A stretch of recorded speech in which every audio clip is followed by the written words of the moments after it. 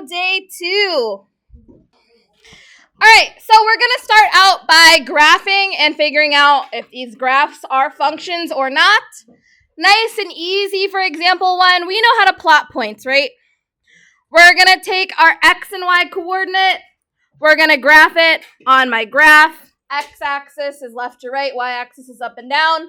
So I'll go negative 3, 5 for my first point, 2, 4 for my second point, 3, 5, 2, negative 7 all the way down here, and then 4, 6. Now we're figuring out whether or not this is a function. If we are looking at a graph, we use our vertical line test. So I take my pencil, my finger, whatever it is, and I'm going to drag it across this graph. Hopefully we see right here that I touch 2 points at the same time. So this is a failure of the vertical line test. So do we have a function or not a function? If I fail the vertical line test, it is not a function. And we can just say fails, VLT for vertical line test. Good? Okay, let's do the same thing for B. Plot our 4 points. Oh, hello.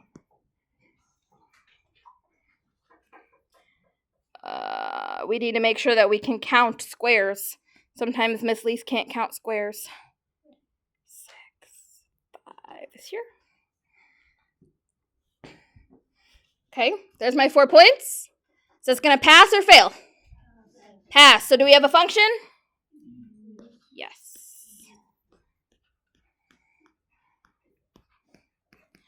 Any questions on those? Fantastic. Now, here's the big part of the lesson. We are going to see this function notation every single year that you are in a math class for the rest of your life. Okay, we're getting rid of the y equals stuff. Y equals is for babies. Big math students use function notation. And here we go. It's very simple. Suppose we have the equation y equals negative 3x plus 1. We can rewrite that equation as f of x equals negative 3x plus 1.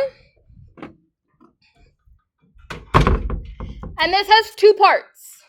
The first part here we read as f of x, or f when x is something. This is the same thing as y equals. So this is y equals f of x, same thing. This is our output. Remember how I color-coded this yesterday? All of our outputs were in red. So that represents our output. To get an output, we have to have an input. Our input is right in here. It's going to tell us exactly what to plug in for x in my function. So x represents the inputs. We are essentially going to imagine this as like a function machine, right? The function is negative 3x plus 1. It's going to tell me an x value, an input, plug it into that function, and then spit out on the other side an output. That's what we're doing here, okay? It's a complicated way to write this, but that's how we do it in math. So let's look at the next page. I'll show you exactly what that looks like. So every single function has a name. The name of this function is f. F is the most common one that we use, I think just because it stands for function. This says f of x equals negative 3x minus 7. That's its name. That's what it is. Then it asks me to find f of 8. We can also read this as find f of x. Oh gosh. Find f of x when x equals 8. So we're finding an output when our input is 8. All we have to do is plug some numbers in. F of 8 equals, now I'm going to take this equation right here, and instead of an x, I'm going to plug in 8. In parentheses, always.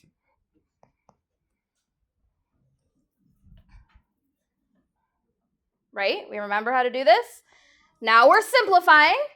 When we simplify, we should be using PEMDAS or GEMDAS.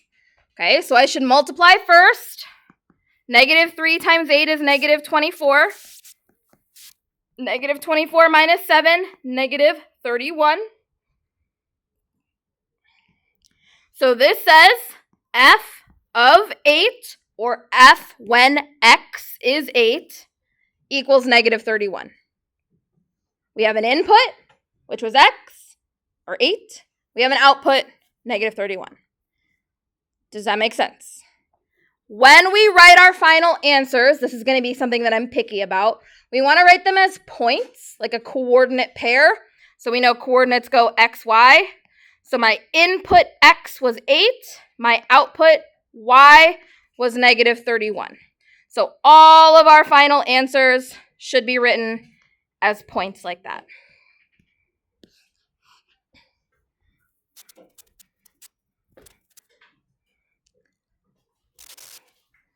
Good? Any questions? Okay. Look at letter B. We're going to do it a couple more times. Letter B says h of x equals 2x to the third minus 3x plus 1. Find h of 2. This function's name is h. My name is Miss Lease. This one's name is h. I don't know why. Okay? We're going to say h when x equals 2 is h of 2 equals. Now I'm going to plug in parentheses, a 2 every time I have an x.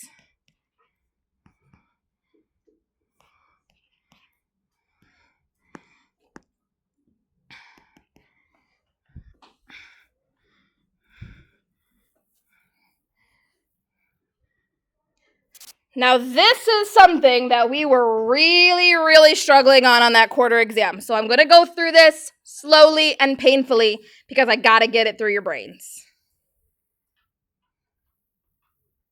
We start with parentheses. Is there anything inside a set of parentheses that needs to be simplified right now?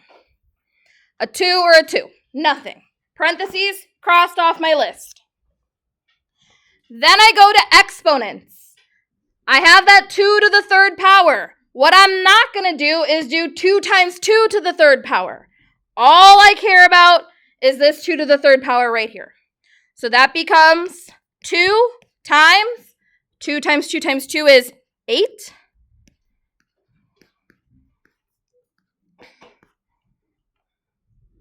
And I can cross exponents off my list. The next thing I'm doing is multiplication and division from left to right. 2 times 8 is 16. 3 times 2 is 6. Cross it off my list. And finish it off with addition and subtraction.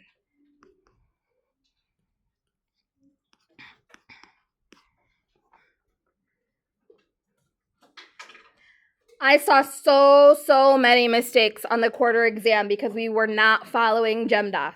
We have to make sure that we're doing that in the right order. Let's write that as a coordinate pair for my final answer. I plugged in 2 for x. I got out 11 for y. Any questions there? Okay, let's do these ones faster. G of x. This function's name is g. I don't know why. So again, I take g when x equals negative 2, and I plug in g of negative 2 equals, hey, there's my absolute value signs. Plugging in negative 2 plus 1 minus 4. Absolute value signs count as the grouping symbols part of GEMDAS, so I should take care of simplifying that first. The absolute value of negative 2 plus 1 is the absolute value of negative 1. What's the absolute value of negative 1? 1. I'm going to run out of room. So G of negative 2 equals negative 3. Let's write it as a pair. Negative 2, negative 3.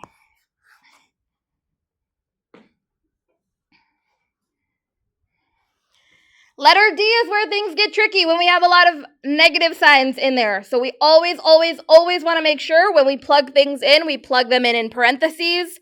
So this is m of negative 3, or m when x is negative 3. I see that first minus sign right here. I'm going to leave it in there.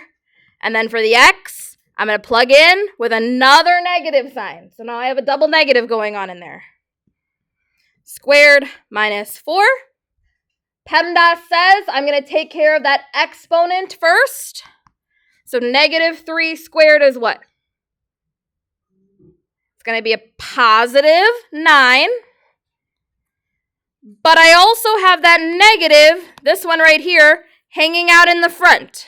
So do not lose that negative. Negative 9 minus 4, negative 13.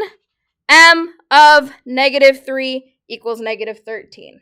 As a coordinate, negative 3, negative 13. Questions? Can I get 2 people to do E and F? You can pick the easy one if you want to. There's a clearly easy one and a clearly hard one. Everyone just do E. Okay, go for it.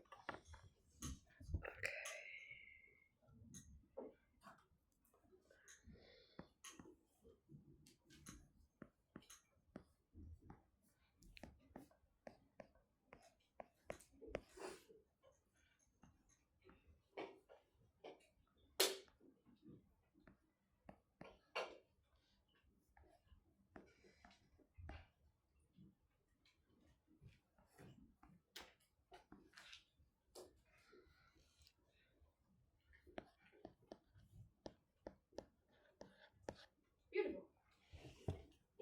Emma, did you want another one?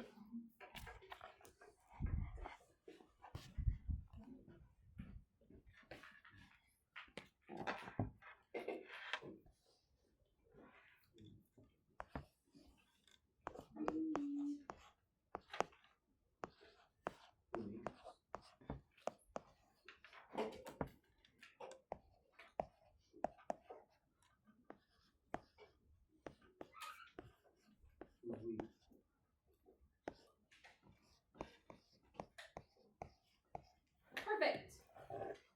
This making sense? Okay, now I need you to lock in for this word problem because I'm going to get picky on the word problem. What I'm looking for on the word problem is not so much this part. Like, yes, I want to know that you can plug something in and simplify it. That's important to me.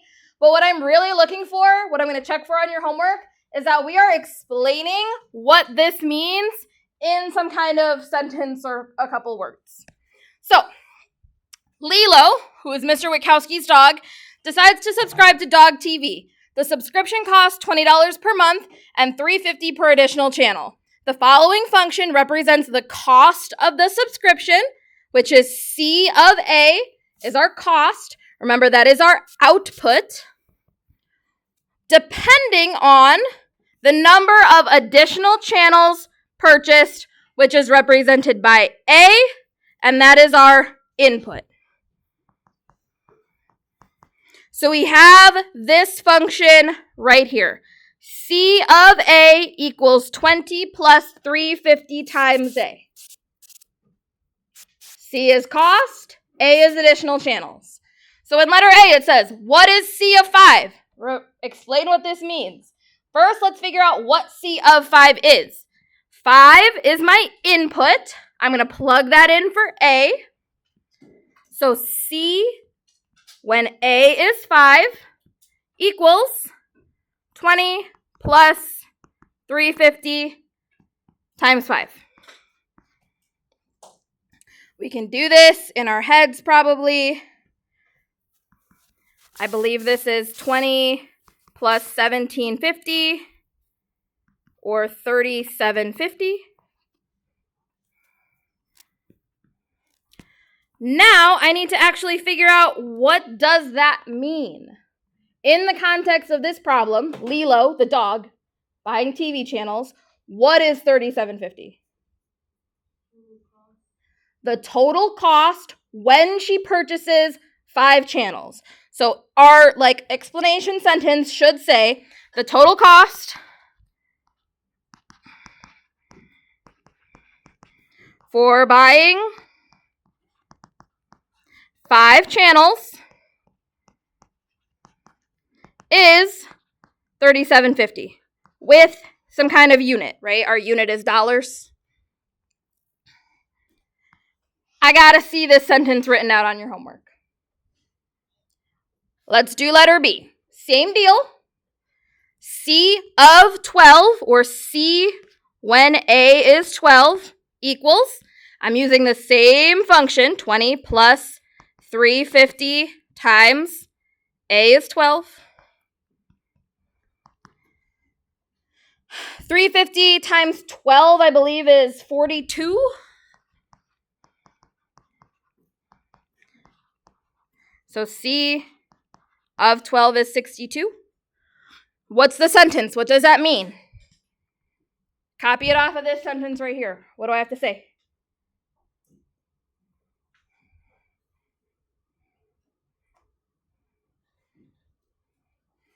Use this sentence that I just wrote for you. Replace the numbers. What does it look like? Autumn. The total cost for buying 12 channels. Oops, I can spell. Oh, I did it twice.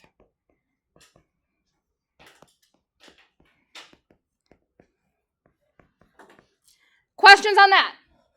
I'm about to switch it up on you and maybe make your brain hurt a little bit. Look at letter C. I promise I'm almost done. What is A when C of A equals 30/50? What's different about this one? James? It's already solved. I know what the total is. Remember when we set up those word problems with the total? Your total goes on one side, everything else with your variable goes on the other. That's what we're doing here. I already know what my output is. So what I'm trying to find, A, is my input. So let's think about my function up here. My output isn't going to go in for A. It's going to go right here, where C of A is. So this says 30/50 equals 20 plus 350 times A. And I don't know what A is. How do we solve this? What's our first step to solve? How do I figure out what A is? Cody? Yeah, we're going to use inverse operations. We're going to subtract 20. 1050 equals 350A. We're going to divide by 350.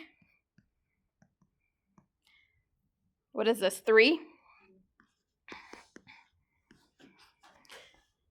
What is 3? In this problem, what is 3? James? The total cost is $30.50. Yeah, if the total cost is $37.50, then she bought 3 channels. Let's say, this is how I'm going to write it. The number of channels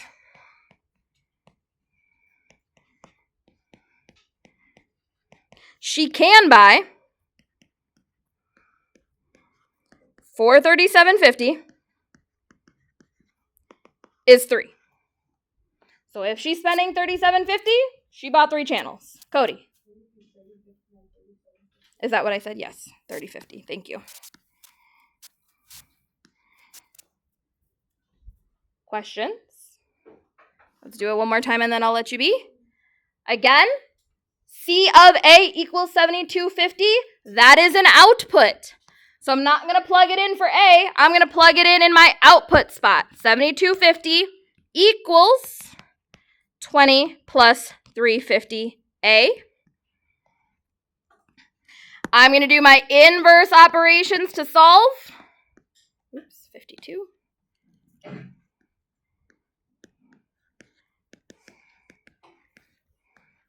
Divide by 350.